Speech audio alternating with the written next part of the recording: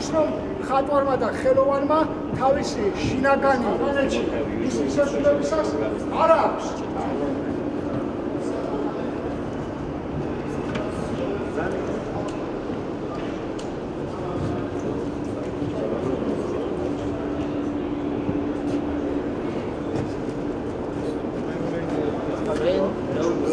All about you.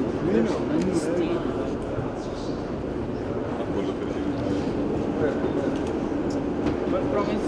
ჩვენ სამხედრო მოსამსახურეები, რომლებიც ვიმყოფებით სამშვიდობო მისიაში, თავისუფალ დროსაც არ ვკარგავთ უქმად და შეძლების დაგვარად ნაყოფიერს ვხდით მას.